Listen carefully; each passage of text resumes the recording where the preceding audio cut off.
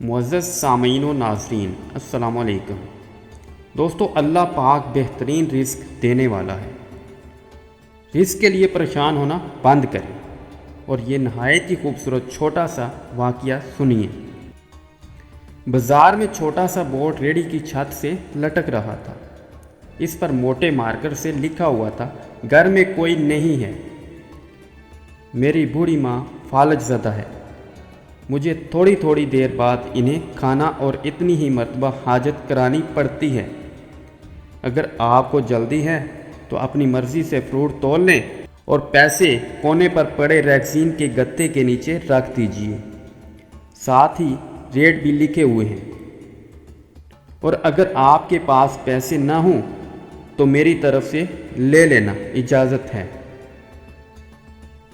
ادھر ادھر دیکھا، پاس پڑے ترازو میں 2 کلو سیب تولے، 1 درجن کیلے لیے، شاپر میں ڈالے، پرائس لسٹ سے قیمت دیکھی، ریڑھی کے پھٹے کے گدے والے کونے کو اٹھایا، وہاں 150 10 کے نوٹ پڑے تھے۔ میں نے پیسے اسی میں رکھ کر اسے ڈھک دیا۔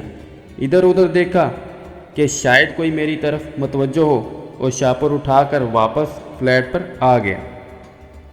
افطار کے بعد اور بھائی ادھر گئے، دیکھا ایک بارش آدمی، داڑھی آدھی کالی آدھی سفید، ہلکے کریم کلر کرتے شلوار میں ریڑھی کو دھکا لگا کر بس جانے ہی والا تھا۔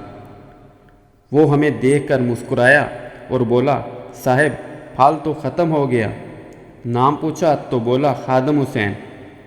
پھر ہم سامنے ڈھابے پر بیٹھے تھے، چائے آئی، کہنے لگے پچھلے 3 سال سے اماں بستر پر ہے، کچھ نفسیاتی سی بھی ہو گئی ہے، اور اب تو فالج بھی ہو گیا ہے۔ میرا کوئی بال بچہ نہیں، بیوی مر گئی ہے، صرف میں ہوں اور میری اماں کی دیکھ بھال کرنے والا کوئی نہیں، اس لیے مجھے ہر وقت اماں کا خیال رکھنا پڑتا ہے۔ ایک دن میں نے اماں کے پاؤں دباتے ہوئے نرمی سے کہا، اماں تیری تیمارداری کو بڑا جی کرتا ہے، پر جیب میں کچھ نہیں، تو مجھے کمرے سے ہلنے نہیں دیتی، کہتی ہے تو جاتا ہے تو جی گھبراتا ہے، تو ہی بتا میں کیا کروں؟ اب کیا غیب سے کھانا اترے گا؟ نہ میں بنی اسرائیل کا چنا ہوا ہوں، نہ تو موسیٰ کی ماں ہے، کیا کروں؟ یہ سن کر اماں نے ہانپتے کانپتے اٹھنے کی کوشش کی۔ میں نے تکیہ اونچا کر کے اس کو بٹھایا، ٹیک لگوائی، انہوں نے جھریوں والا چہرہ اٹھایا، اپنے کمزور ہاتھوں کا پیالہ بنایا اور نہ جانے رب العالمین سے کیا بات کی۔ پھر بولی، تو ریڑھی وہیں چھوڑ آیا کر، تیرا رزق تجھے اسی کمرے میں بیٹھ کر ملے گا۔ میں نے کہا، اماں کیا بات کرتی ہے، وہاں چھوڑ آؤں گا تو کوئی چور سب کچھ لے جائے گا، آج کل کون لحاظ کرتا ہے، بنا مالک کی کون خریدار آئے گا؟ کہنے لگی، تو فجر کو ریڑھی پھلوں سے بھر کر چھوڑ کر آ جا، شام کو خالی لے آیا کر، اگر تیرا روپیہ ضائع گیا تو یہ خالدہ ثریا اللہ سے پائی پائی وصول کرے گی۔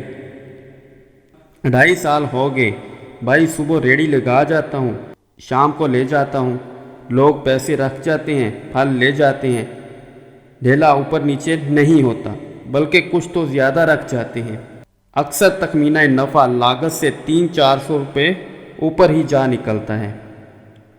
کبھی کوئی اماں کے لیے پھول رکھ جاتا ہے، کبھی کوئی اور چیز۔ پرسوں ایک پڑھی لکھی بچی پلاؤ بنا کر رکھ گئی، نوٹ لکھ کر رکھ گئی، اماں کے لیے، اگر ڈاکٹر کا گزر ہوا وہ اپنا کارڈ چھوڑ گیا، پشت پر لکھ دیا، انکل اماں کی طبیعت نہ سنبھلے تو مجھے فون کرنا، میں گھر سے پک کر لوں گا۔ کسی حاجی صاحب کا گزر ہوا تو اجوا کھجور کا پیکٹ چھوڑ گیا، کوئی جوڑا شاپنگ کر کے گزرا تو فروٹ لیتے ہوئے اماں کے لیے سوٹ رکھ گیا۔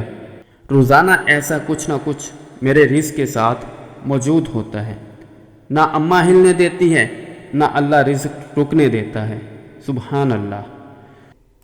تو پیارے دوستو، اگر اللہ پر یقین رکھو تو اللہ اسی طرح رزق دیتا ہے، محنت کریں، رزق اللہ پاک خود دے گا۔